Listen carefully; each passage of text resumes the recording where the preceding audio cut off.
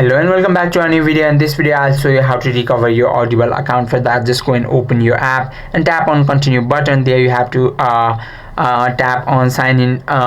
There you have to tap in on sign in to Audible using your Amazon account and tap on that and enter your phone number or email and tap on continue button, and then they will send you a